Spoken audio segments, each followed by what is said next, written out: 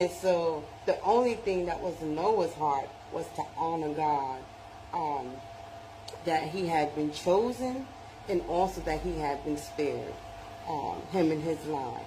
And also, this was the first burnt offering offered in the Bible, was by Noah.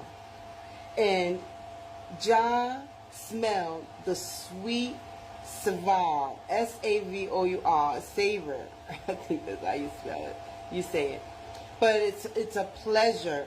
It has a distinct quality. So it's something specific that gave pleasure to the sense of God, his first burnt offering. And in response to Noah's burnt offering, Jah has said in his heart that I will not curse the ground or smite any more living things, and that day and night shall not cease. All because of the actions of Noah, because Noah spoke from his heart. God is a God of the heart, and God spoke from his heart, saying that he will not curse the ground for man's sake, and he will not smite any more living things. Amen. For the imagination of man's heart is evil from his youth.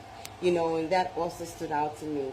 The imagination of the heart from youth is evil.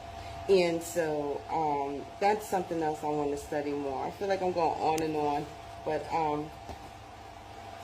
yeah, so that's it for now. That's the reading of Genesis 8 and just a little talk about it.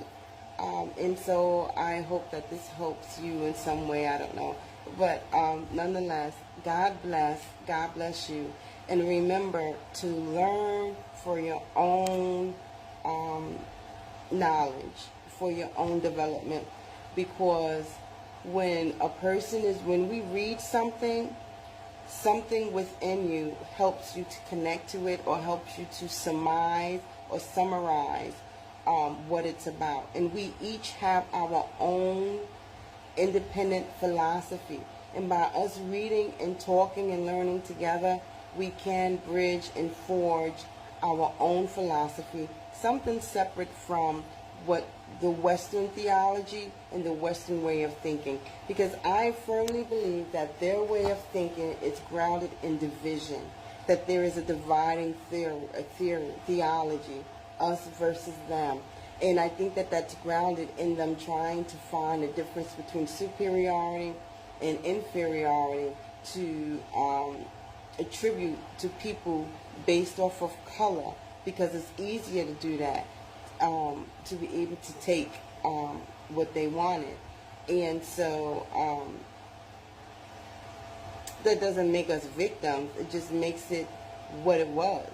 You know, there was wickedness that went through and ran through the world.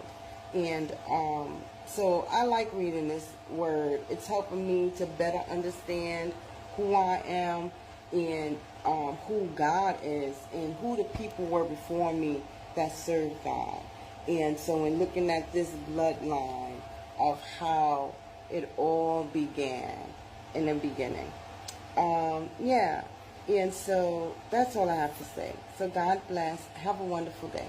Thank you. Bye-bye.